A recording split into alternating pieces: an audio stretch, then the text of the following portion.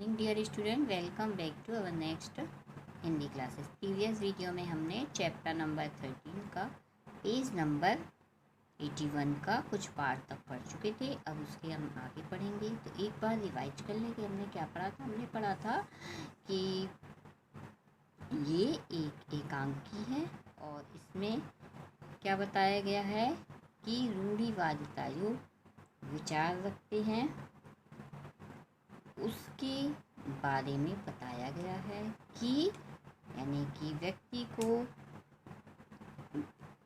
एक व्यक्ति की कहानी बताई गई है। पंडित थे, वो पंडित पंचम नाम के। तो वो उनका बताया गया है कि वे ये सब बहुत मानते थे। किसी ने छींक दिया या कोई दिख गया तो वो घर से नहीं निकलते थे। तो एक दिन बताया है कि पंडित जी सो रहे हैं और सोते सोते उनकी पत्नी जगाती है कि आपको सुबह कहीं जाना था। तो वो बोलते हैं हाँ, हमने 9 बजे का मुहूर्त निकाला है। फिर बताते हैं कि मैं एक सपना देख रहा था कि विष्णु जी की लक्ष्मी जी पैर दबा रही और एक पैर में भी दबाने लगा। फिर उन्होंने मुझे चूहे पे बिठाला गणेश जी के। तो फिर लक्ष्मी जी ने छींक दिया। तो वो उनकी पत्नी बोलती लक्ष्मी जी ने नहीं, संपत ने छींका। संपत उनका भतीजा था, पर्दे के पीछे से संपत ने छींका था। तो बोलते हैं कि अच्छा, संपत ने छींका तो अगर लक्ष्मी जी ने नहीं छींका तो मेरा काम बन जाएगा। पर इस संपत को अभी छींकने की क्या पड़ी थी, ऐसा। फिर क्या होता है, संपत को बुलाते हैं कि मैंने तेरे को क्या बोला था। बोले कि इधर आ संपत। तो वो बच्चा आता है। अब इसके आगे हम पढ़ते हैं। अब संपत बाहर से, जी पंडित जी प्रवेश। पंचम, इधर तो आ।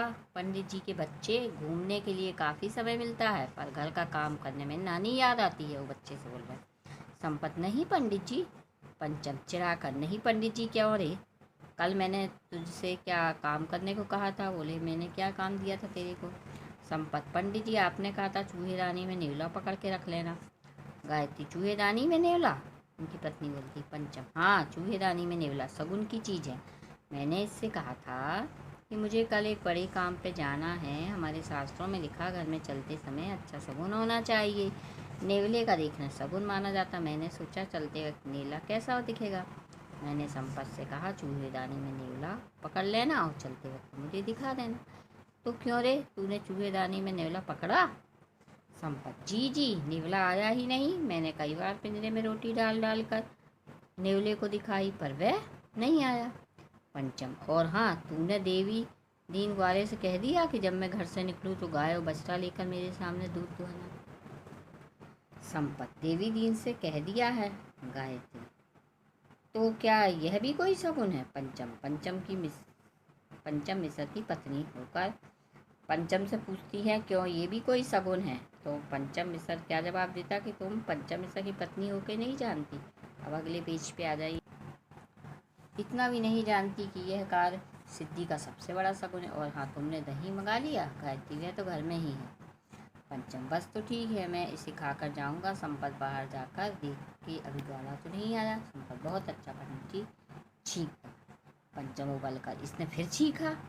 क्यों रे संपत, लगाओ दो तमाचे। तू मेरा भतीजा होकर भी मेरे घर में रहता है तो इसका मतलब है कि तू मेरे कामों में हमेशा अड़ंगा डाले। संपत, मेरा कोई कसूर नहीं पंडित जी। पंचम, तो किसका है, मेरा है। मैंने छींका है, देखा त्रिवेणी की माँ, मैं उठा और इसने छींका। यानी आज मेरा कोई काम नहीं होगा।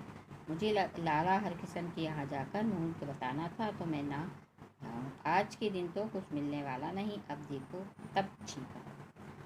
गायत्री, मैं यह जानना चाहती हूँ कि छींक की बात किस पुराण में लिखी है। जा रे संपत, बाहर जा। संपत क्या करता है, बाहर चला जाता है। पंचम, छींक की बात जल पुराण में लिखी है। गायत्री, जल पुराण में। पंचम, क्यों, क्या तुम्हें शक है। अरे हमारे यहाँ बहुत से पुराण हैं, अग्नि पुराण, वायु पुराण और एक जल पुराण भी। पेश पर जल पुराण का नाम तो कभी नहीं सुना। पंचम, तो सुना तुमने किस किस का नाम है। पंडित लोग किसी नई बात की खोज तो करते नहीं। अरे इतना नहीं समझती कि जब 3 लोक के जानने वाले हमारे ऋषि मुनियों ने अग्नि पुराण लिखा, वायु पुराण, तो जल पुराण भी लिखा होगा। गायत्री नहीं, जरूर लिखा होगा। तो जल पुराण का छींक से क्या संबंध? पंचम, अब तुमको यह भी समझाऊं। अरे जल के देवता कौन है? वरुण भगवान। और वरुण भगवान का स्थान नाक, इसलिए छींक में नाक से पानी निकलता है। इसलिए हमारे ऋषि मुनि ने छींक का वर्णन जल पुराण में किया। गायत्री, ठीक है, अब बात समझ में आई। पंडित आपकी तरह ना समझा पाते होंगे। पंचम, किसी ने इतना पढ़ा भी है जितना मैंने पढ़ा है, तभी तो सेठ हरकिशन दास मेरा लोहा मानते। उनके सामने एक ही पुरोहित है, पंडित मिश्र। गायत्री, हाँ तो उठो, फिर जल्दी से तैयार हो जाओ, सेठ जी के आ जाने का समय हो रहा। पंचम, अच्छी बात है, उठता है।